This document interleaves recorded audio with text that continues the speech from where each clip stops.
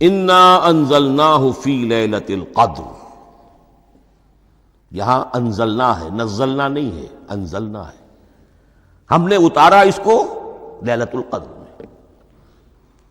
اور باقی صورت تو آپ کو یاد ہوگی، وما ادراک ما لیلۃ القدر، لیلۃ القدر خیر من الف شہر، تنزل الملائکۃ والروح فیہا باذن ربہم من کل امر سلام ہی حتی مطلع الفجر۔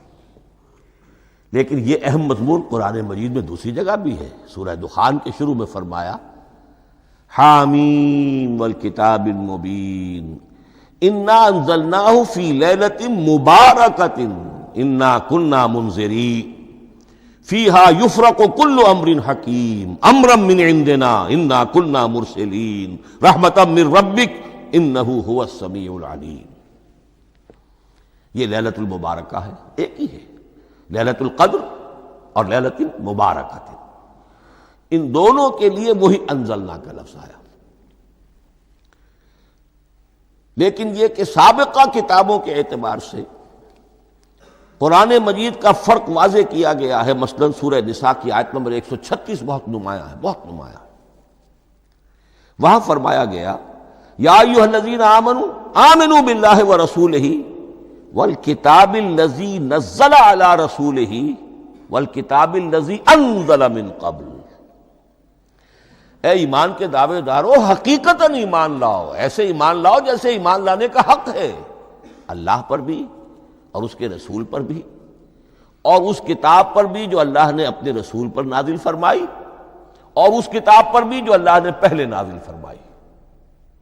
لیکن نازل کے لیے یہاں آیا حضور کے لیے والکتاب الذی نزل علی رسول، تنزیل کی شکل میں، اور تورات کے لیے والکتاب الذی انزل من قبل، وہ تو دفعۃ واحداً لکھی ہوئی تختیوں کی شکل میں حضرت موسیٰ علیہ السلام کو دے دی گئی تھی۔ تو یا ایھا الذین آمنوا آمنوا باللہ ورسولہ والکتاب الذی نزل علی رسولہ والکتاب الذی انزل من قبل۔ یہ جو تنزیل ہوئی ہے حضور پر، یعنی لیلۃ القدر میں جو رمضان مبارک میں ہے، پورا قرآن لوح محفوظ سے، کتاب مکنون سے، ام الکتاب سے نقل کر کے اتار دیا گیا سمائے دنیا تک۔ پہلا آسمان جسے ہم کہتے ہیں سمائے دنیا، وہ آسمان جو قریب ترین ہے دنیا کے، وہاں سے اب یہ درجہ بدرجہ تھوڑا تھوڑا، چند آیتیں، چند سورتیں، پھر آیتیں، پھر سورتیں، یہ نازل ہوا محمد الرسول اللہ صلی اللہ علیہ وسلم پر۔ گویا کہ پہلا مرحلہ انزال کا ہے، پورا قرآن لوح محفوظ یا کتاب مکنون یا ام الکتاب سے نقل کر کے اتار دیا گیا سمائے دنیا تک۔ یہ ہے انزل ینزل انزالا، انا انزلناہ فی لیلۃ القدر انا انزلناہ فی لیلۃ مبارکہ۔ لیکن محمد الرسول اللہ پر یہ نازل ہوا اب تھوڑا تھوڑا، نجمن نجمن، درجہ بدرجہ، تدریجاً، یہ ہے تنزیل۔ اس تنزیل کی حکمت قرآن مجید میں بیان ہوئی ہے، اور اس اعتبار سے کہ اہل عرب نے، اہل مکہ نے اعتراض کیا تھا کہ یہ پورا قرآن کیوں نہیں محمد ایک ہی مرتبہ پیش کر دیتے صلی اللہ علیہ وسلم۔ اس میں جو چیز مضمر تھی وہ یہ تھی کہ چونکہ یہ حقیقت میں اللہ کا کلام نہیں ہے، یہ محمد کا اپنا کلام ہے، تو کوئی شاعر دنیا میں ایسا نہیں ہے جو ایک دم اپنا پورا دیوان دے دے۔ وہ تو ساری عمر میں تھوڑا تھوڑا، آج غزل کہی، کل قصیدہ کہا، پرسوں کچھ اور کہا، پھر وہ جمع ہوتا ہے تو وہ دیوان بنتا ہے۔ اسی طریقے سے تو یہ کر رہے ہیں۔ اگر یہ اللہ کا کلام ہوتا تو بیک وقت آ جاتا۔ یہ تو ذرا محنت کرتے ہیں، کچھ اس کے اندر اس کو اپنی محنت سے کوشش کر کے کچھ موضوع کرتے ہیں، کلمات، الفاظ، اور اس طریقے سے رفتہ رفتہ لے کر آ رہے ہیں۔ اس لیے ان کا اعتراض نقل ہوا ہے یہ وقال الذین کفروا لولا نزل علیہ القرآن جملۃ واحدۃ، انہوں نے کیوں نہیں اترا یہ قرآن پورا کا پورا ایک ہی بار؟ یہ اعتراض تھا۔ اس اعتراض کے جو جوابات دیے گئے ہیں وہ نوٹ کیجئے کہ لوگوں کے حق میں یہ مفید ہے، یہ پورے قرآن کا تحمل ایک وقت میں کر نہیں سکتے۔ یہ پورا قرآن تو ایک ہی مرتبہ اگر پہاڑ پر بھی اتار دیا جاتا تو وہ پھٹ جاتا، دب جاتا۔ وَقُرْآنًا فَرَقْنَاهُ لِتَقْرَأَهُ عَلَى النَّاسِ عَلَى مُكْثٍ وَنَزَّلْنَاهُ تَنزِيلًا، سورہ بنی اسرائیل آیت 106۔ یہ وہ قرآن ہے جس نے ہم نے جس کو ٹکڑے ٹکڑے کر کے فرق نہ ہو، فرق توڑ دینا، تھوڑا تھوڑا کر کے ہم نے کر دیا، لِتَقْرَأَهُ عَلَى النَّاسِ عَلَى مُكْثٍ، تاکہ آپ اسے پڑھ کر سنائے لوگوں کو وقفے وقفے سے، تاکہ وہ سہار سکیں، سنبھال سکیں، برداشت کر سکیں۔ وَنَزَّلْنَاهُ تَنزِيلًا، اسی وجہ سے ہم نے اسے نازل کیا ہے بطرز تنزیل، بطرز انزال نہیں، بطرز تنزیل۔ وَقُرْآنًا فَرَقْنَاهُ لِتَقْرَأَهُ عَلَى النَّاسِ عَلَى مُكْثٍ وَنَزَّلْنَاهُ تَنزِيلًا۔ ایک حکمت تو ہو گئی عوام کے لیے، ایک حکمت خود رسول کے لیے صلی اللہ علیہ وسلم۔ كَذَلِكَ لِنُثَبِّتَ بِهِ فُؤَادَكَ وَرَتَّلْنَاهُ تَرْتِيلًا۔ اب ذرا نوٹ کیجئے، قلب محمدی کے لیے بھی اس پورے کلام کا ایک دم سہار آسان کام نہیں تھا۔ یہ اس لیے، یہ اسی سورہ الفرقان کی جو آیت کا میں نے ایک حصہ آپ کو سنا دیا تھا، اسی کے اندر اس کا جواب آیا ہے، اسی آیت میں، آیت نمبر 32 ہے یہ سورہ فرقان کی۔ وقال الذين كفروا لولا نزل عليه القرآن جملة واحدة، یہ اعتراض ہے۔ جواب کیا ہے؟ كذلك لنثبت به فؤادك، ہم نے یہ اس لیے کیا ہے نبی کہ اس کے ذریعے سے آپ کے دل کو ٹھہراؤ اور جماؤ عطا کرے، یہ ایک دم اس کا اتر جانا۔ انا سنلقی علیک قولا ثقیلا، بڑا بھاری بوجھ ہے، ناقابل برداشت ہے، تاکہ رفتہ رفتہ آپ کا دل، اس کے اندر تقویت بڑھتی چلی جائے، اس کے اندر اور اس کا تحمل جو ہے، اس کی صلاحیت بڑھتی چلی جائے۔ کذالک لنثبت به فؤادک ورتلناہ ترتیلا، اسی لیے ہم نے تھوڑا تھوڑا کر کے نازل کیا ہے۔ ولا یاتونک بمثل الا جئناک بالحق واحسن تفسیرا، ساتھ ہی فرمایا کہ یہ لوگ جو بھی اعتراض کریں گے ہم اس کا جواب بھی اور بہترین تعویل بھی آپ کو دے دیں گے۔ اب اگلی بحث یہ ہے، یہ قرآن کب اور کہاں نازل ہوا؟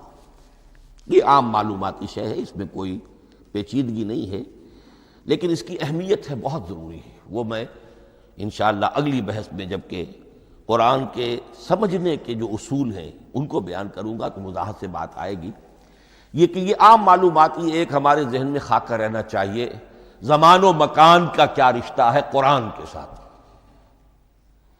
قرآن نازل کب ہوا؟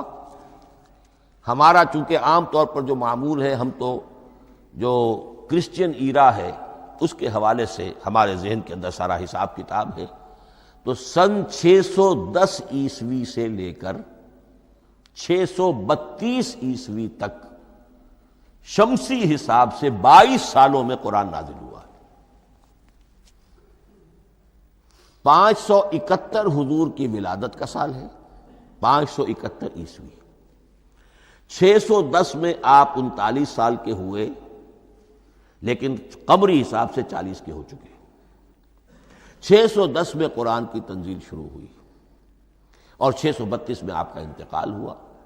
22 برس زمانی اعتبار سے نقشہ ذہن میں رکھیے، اور اسے ہم اگر دوسرے حساب سے کہیں گے تو عام الفیل، وہ جو ابرہہ آیا تھا بیت اللہ کو ڈھانے کے لیے، وہ سال عربوں میں بہت مشہور ہو گیا تھا، اور وہی سال حضور کی ولادت کا ہے، تو عام الفیل ہی میں حضور کی ولادت ہوئی، لہذا 40 عام الفیل میں قرآن مجید کا نزول شروع ہوا، اور 11 ہجری تک یہ 23 برس بنتے ہیں قمری حساب سے۔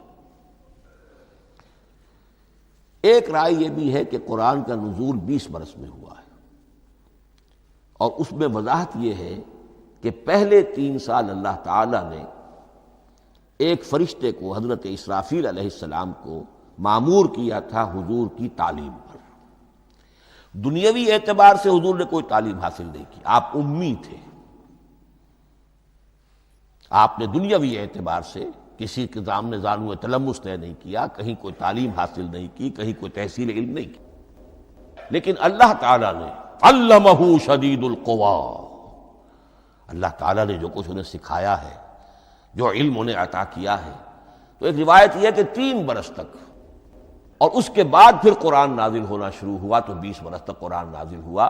لیکن وہ لوگ بھی مانتے ہیں کہ سورہ علق کی آیتیں نازل ہو چکی تھی، پھر 3 برس کا وقفہ ہے.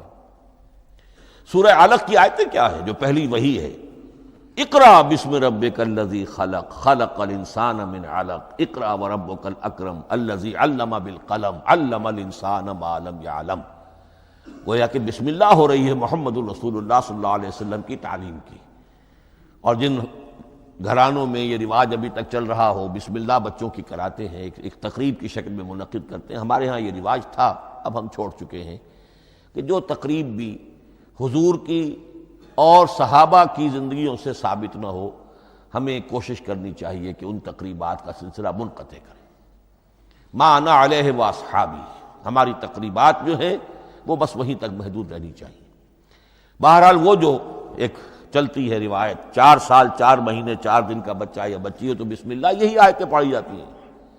پڑھ تو نہیں سکتا، انگلی رکھ کر پڑھانے والا کوئی عالم دین بیٹھ جاتا ہے سامنے، وہ نہا دھو کر بچہ یا بچی بیٹھی ہوئی ہے اور اس کو اقرا بسم ربک الذی خلق خلق الانسان من علق اقرا وربک الاکرم الذی علم بالقلم علم الانسان ما لم یعلم.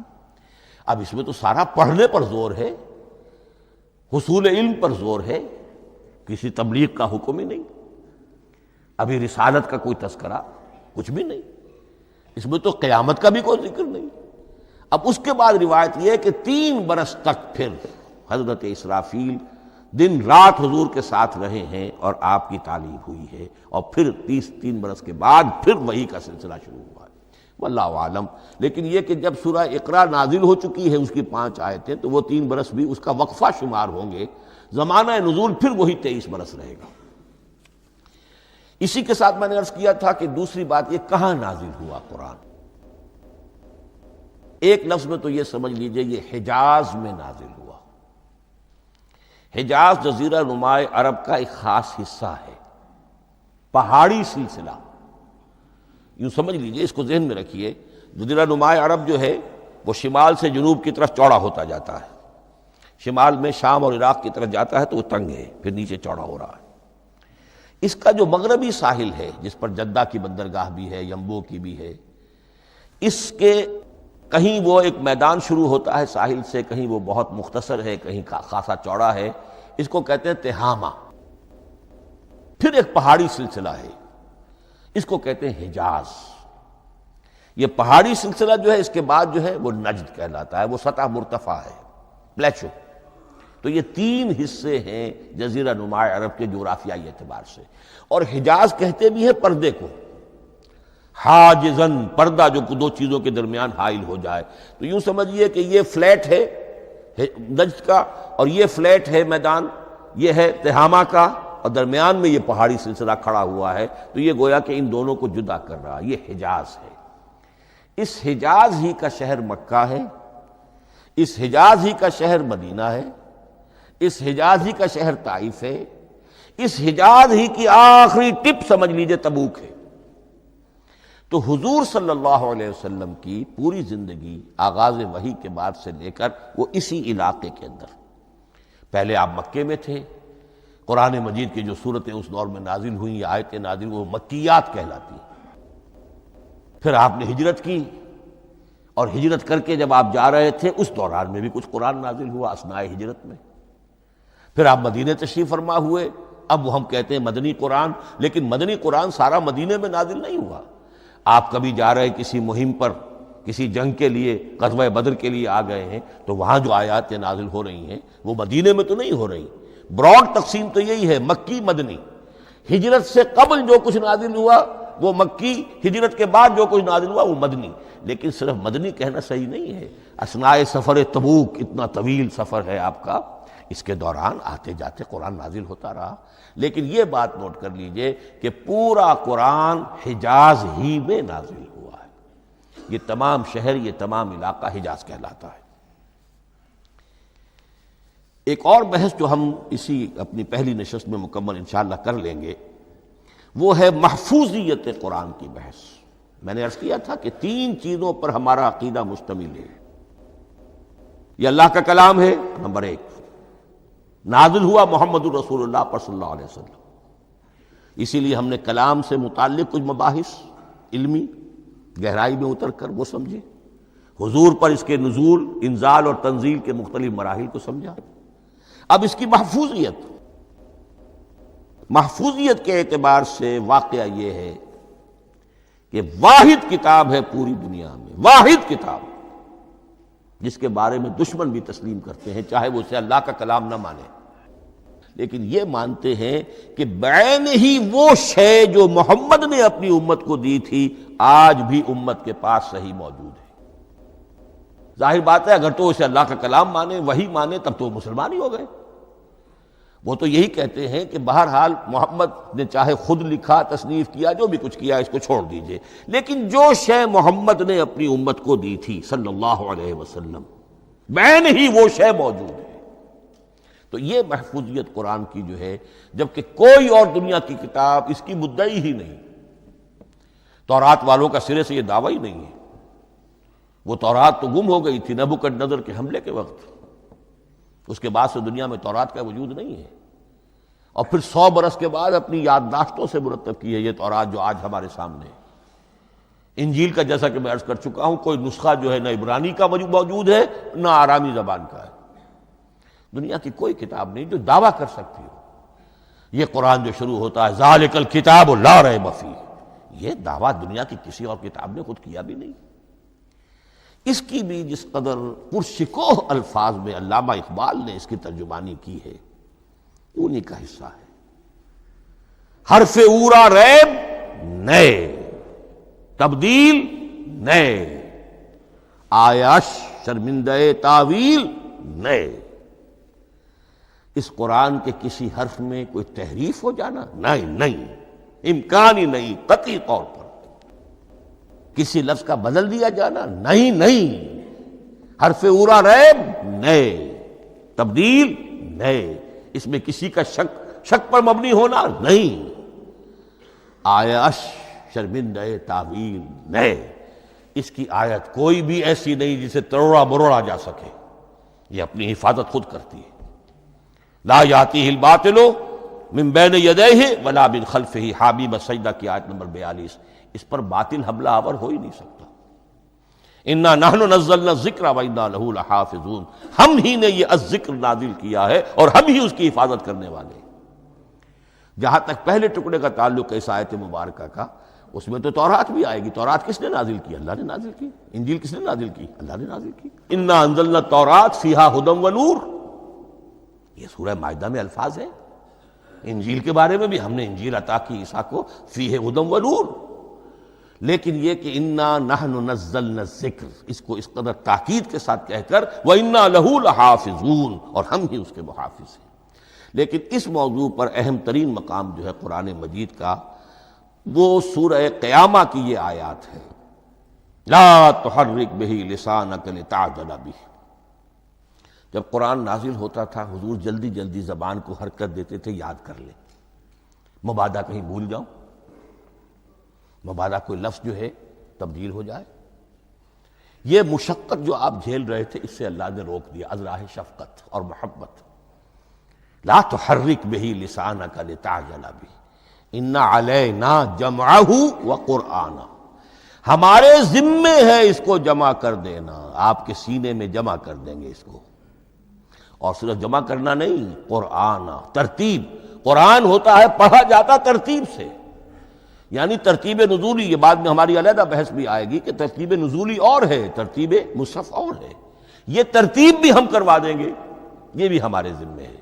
ان علینا جمعہ وقرآنہ فاذا قرأناہ فاتبع قرآنہ، پھر جب ہم جس ترتیب سے پھر آپ کو پڑھائیں اسی ترتیب کی پیروی کیجیے۔ یہ جو ہے کہ قرآن کا جمع اور تدوین، یہ بھی اللہ تعالیٰ نے اس کی ضمانت لی، اور اس کی ترتیب بھی اللہ تعالیٰ ہی کی ضمانت سے ہے۔ اس اعتبار سے محفوظیت قرآن کے یہ دونوں پہلو ہمارے سامنے رہنے چاہیے۔ بارک اللہ لی ولکم فی القرآن العظیم ونفعنی وإیاکم بالآیات والذکر الحکیم۔